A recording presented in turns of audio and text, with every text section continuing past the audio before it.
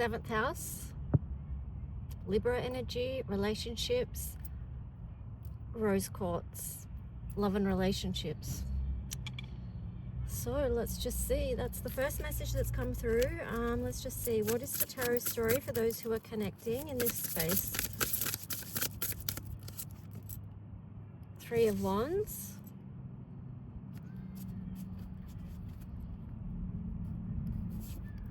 Then on the bottom, we've got the 8 of Pentacles. Okay, so the message I'm getting with this is at the moment, it's kind of like just sort of waiting to see what the universe is going to bring in for you, because the 8 of Pentacles is like just sort of knowing that you don't have to put any more work into something right now. Like it could be the energy of receiving. So perhaps there's a relationship or a connection where you're more in the divine feminine energy, which is that of receiving, kind of like black cat energy, but perhaps that's what's going to balance out. Perhaps in the past you've given too much in a connection or a relationship. Yeah, so I split the deck. You've got the Empress energy in reverse, so that's pretty much indicating that. And it's also the 3 of Swords. So whatever this was, I feel like it was heartbreaking as well, because when you're giving too much, or you're the only one giving in a relationship, then that is going to bring you out of the Empress energy, which is that space of openness, creativity, and love. It just becomes very depleted, very out of balance, and very un-Empress energy, because it's not in the natural state of flow. So that's what I'm getting there. But let's just see. So yeah, at this point, it's more about, it's kind of like this is the past, this is now. So past and present energy there. Let me just put this in some kind of order. So I'll put the past up there. I'll set those 2 there. I'm just getting, this is very Virgo energy as well, because I'm just getting like putting everything in its place. That's Virgo energy, and that's the full moon energy that we are under at this time. So yeah, just being in that energy of just seeing like what the world, what is the universe going to bring in for you. And it's possibly a deep knowing about it being something that's expansive and aligned as well with the 3 energy there. Wow. On the bottom there you had the 8 of Cups. So it's like whatever this is, you know that you're moving towards something that feels better and more aligned for you. So let's just see what is more to this story for those who are connecting. This is a collective reading for the sweet souls who are going to be passing through here. So please hit the like, subscribe, leave a comment if you wish. That just helps my channel be seen. And it helps me out too. So you've got the 9 of Pentacles in reverse.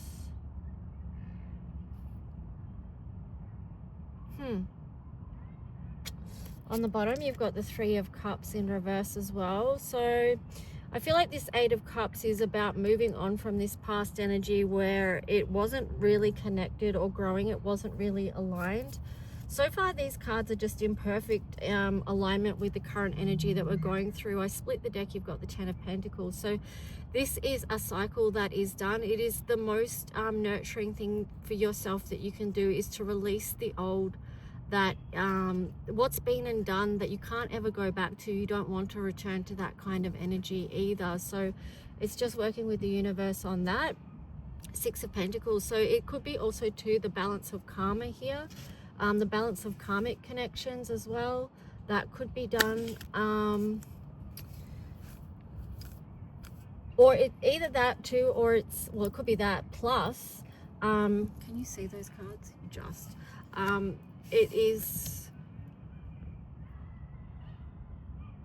wanting to put an end to cycles in the physical world that were out of balance. They weren't fair. Okay, so like I said at the start, you were either giving too much, or for some of you watching this, you may have been the one that was taking too much in a relationship. So either way, it's both. Either way, whichever end of the spectrum you are on, you can do some self-reflection around what that was about for you. Like, why were you giving too much, or why were you taking too much, and how can you bring it back to a balance? And then you can move forward in a new way because you've got the Six of Wands there. So you can move forward in a new way that is, you can feel better about yourself as well, because it doesn't feel nice to give too much, and it also probably doesn't feel nice to take too much. Maybe yeah, like if you've got any form of self-awareness, I don't feel like it would be a good feeling to be aware that you were taking too much in a situation or a connection. Knight of Swords and the Hangman. That's interesting. The words I was getting before these two cards was that maybe some people are growing a conscience about this, because I mentioned self-awareness.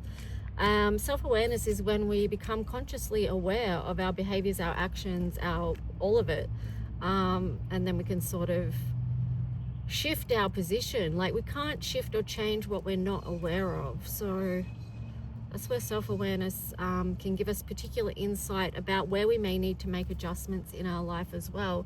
I feel like it's something that we've previously not seen before, perhaps coming to surface with the Neptune. What do you call that?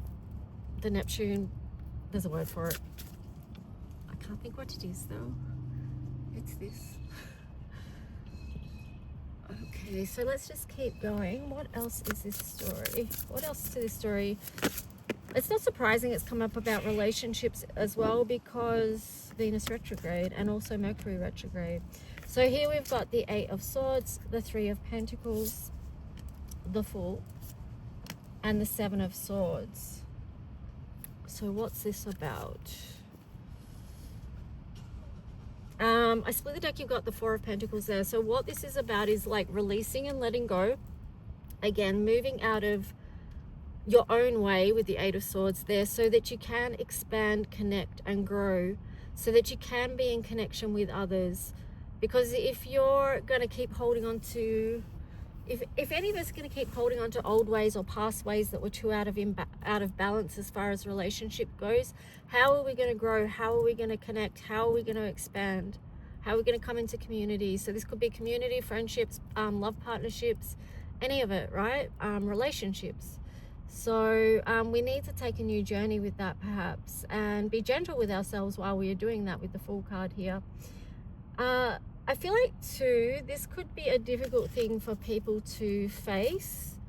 And it's also something that could have, what I'm getting with the Seven of Swords is it's something that could have caused a lot of harm, like self-harm, in the way of a lot of damaged relationships in the past, where things could have been different if different behaviors or different actions were taken, or even different communications, because you've got the Ace of Swords there.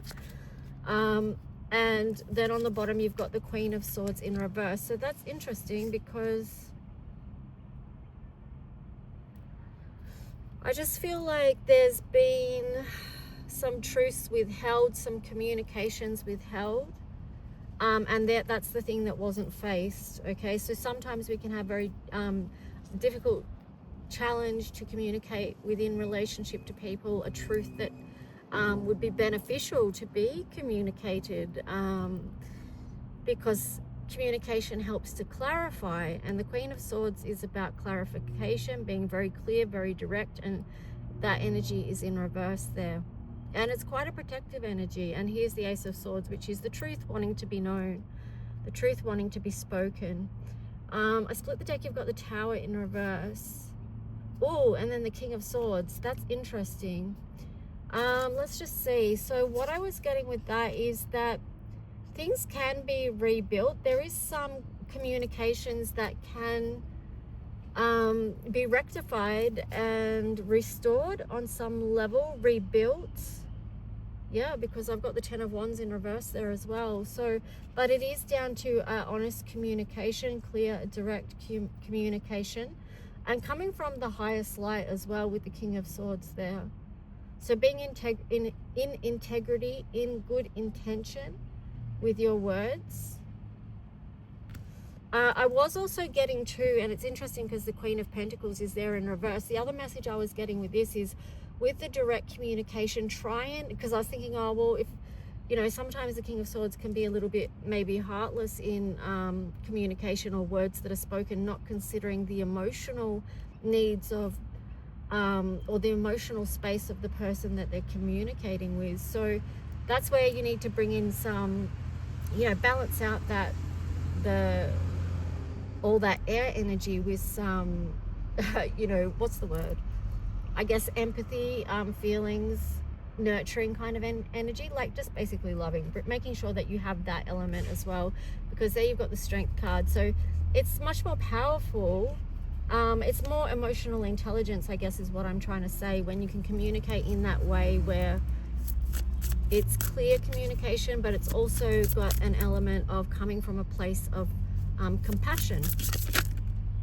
Six of Wands showing up again. Yeah, so the Six of Wands keeps showing up where it's showing like we can move forward in our lives in a way that we can be more proud of where we're coming from, who we are. It's basically with more integrity, and we can be proud of that. I think that's going to help people move out of a lot of conflict with the Five of Swords there, and also to make a decision moving forward. Two of Wands. So it could be like moving forward at this time that people are making big choices about who they want to be, who they want to show up as. So let's just see if there's anything else from this deck. If you would like to book your own personal reading for guidance, love story or situation, whatever, just reach out. Let's just see. Anything else from this deck? Nine of Cups. Yeah, so making this decision to turn up, to show up fully in your life in ways of integrity. Yeah, Ace of Pentacles on the bottom. That's what we want to be doing, moving forward with that. So we do have choices to be made here, and our life is going to open up in very beautiful ways if we can sort of follow that path. So let me just see. I want to do some Moonology cards. If you have any particular type of reading that you're interested in that you would like me to do, just put it in the comments and I'll feel into whether I feel like that's in alignment with me to do a reading like that. But either way, we can work something out. So you've got adjustments are required. There you go, third quarter moon. That's what this whole reading has been about, seeing where we can make adjustments as far as our relationships go and communication within that. And then we've got surrender to the divine, the full moon.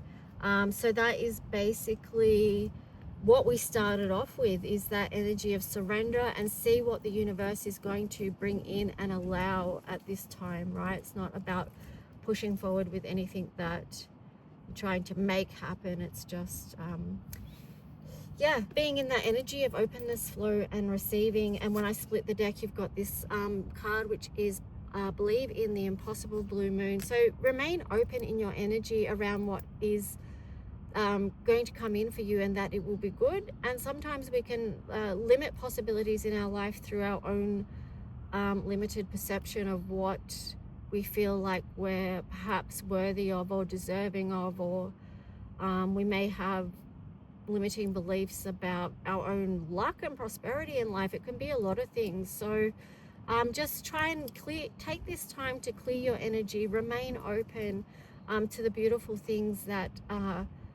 that you're already living with. Like, first be in that embodiment of that, because that automatically lifts your frequency, because you're living in a state of gratitude for where you are in your life and what you do have, and then helps you to remain open to other beautiful things headed your way. Anyway, guys, take good care. I'll talk to you soon. Bye.